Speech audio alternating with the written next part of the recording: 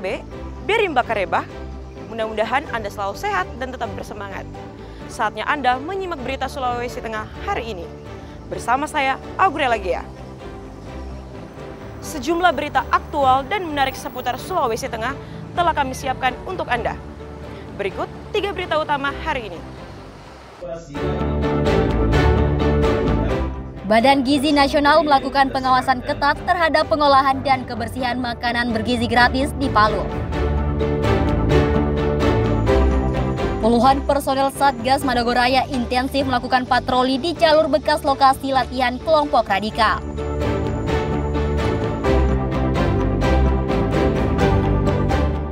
Ratusan warga menyerbu operasi pasar murah yang digelar pemerintah Kota Palu.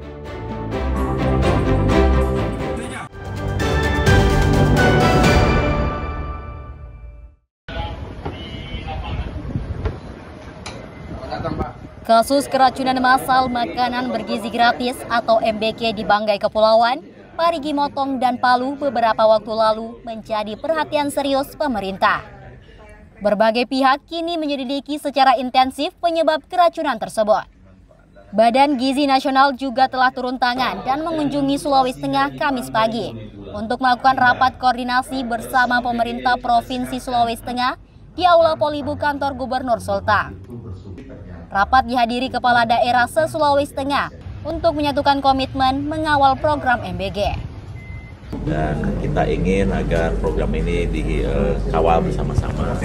Salah satu bentuk sinergitas antara pemerintah pusat dan daerah yang kami sendiri sudah berkoordinasi dengan Kementerian Dalam Negeri.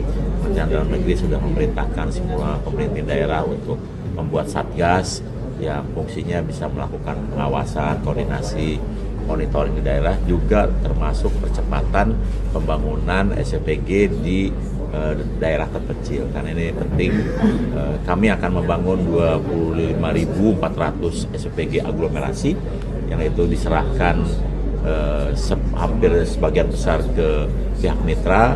Sementara untuk daerah-daerah terpencil kami bekerjasama dengan pemerintah daerah. Gubernur Sulawesi Tengah menegaskan akan mengaktifkan dan membentuk Satgas Pengawasan MBG mulai dari camat hingga kepala desa, guna memastikan pengawasan program berjalan sesuai target. Dengan kehadiran beliau di sini dan juga saya akan segera mengaktifkan secara maksimal Satgas yang sudah terbentuk, juga menggerakkan seluruh dari kepala desa, camat, untuk satu memenuhi target yang sudah ditargetkan, terutama daerah-daerah terpencil. Kemudian yang kedua, menggunakan aparat kita di Dinas Kesehatan, kemudian Dinas Pertanian, kemudian Dinas Peternakan, untuk terus melakukan pengawasan setiap produk yang akan digunakan untuk MBG. Badan Gizi Nasional juga meninjau dapur MBG di Kelurahan Talise, Kecamatan Mantiklore, Kota Palu. Mereka mengecek langsung standar proses pengolahan makanan, mulai dari pengadaan bahan baku lokal hingga standar kebersihan dapur. Langkah ini diharapkan menjadi sebagian dari evaluasi menyeluruh agar kasus keracunan tidak kembali terulang. Syahrul Cahya dan Syamsuddin Tobone melaporkan dari Palu.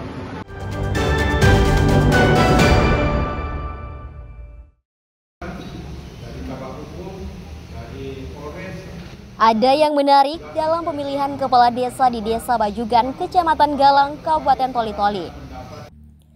3 calon kepala desa yang akan bertarung seluruhnya perempuan.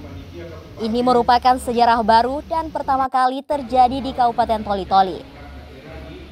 Ketiga kandidat yang akan mengikuti kontestasi Pilkades pergantian antar waktu di Desa Bajugan antara lain nomor urut 1 Intan Permatasari, nomor urut 2 Irnaini Irwan, serta nomor urut 3 bernama Rosmawati.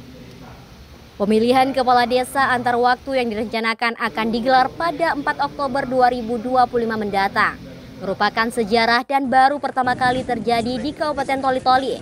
Hal ini menandakan adanya kesetaraan gender khususnya dalam kepemimpinan pada pemerintahan di tingkat desa.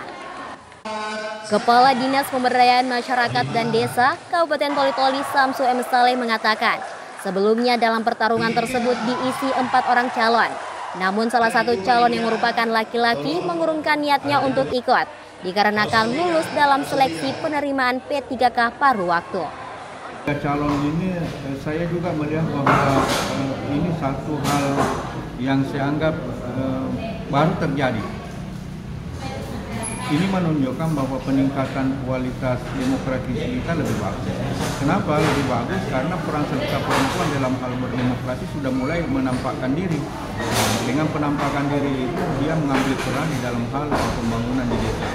Itu satu nilai positif yang saya lihat di dalam hal kemampuan perempuan untuk yang selama ini kita gaungkan adalah kesetaraan gender. Maka hari ini dibuktikan bahwa di Desa Bajugan itu mereka melihat bahwa kami perempuan ini punya kemampuan. Calon kepala desa terpilih nantinya akan memimpin jalannya pemerintahan di Desa Bajugan untuk masa bakti 2025 hingga 2029 mendatang. Proses Pilkades diharapkan berjalan dengan aman dan lancar. Syamsuddin Tobone melaporkan dari Toli-Toli.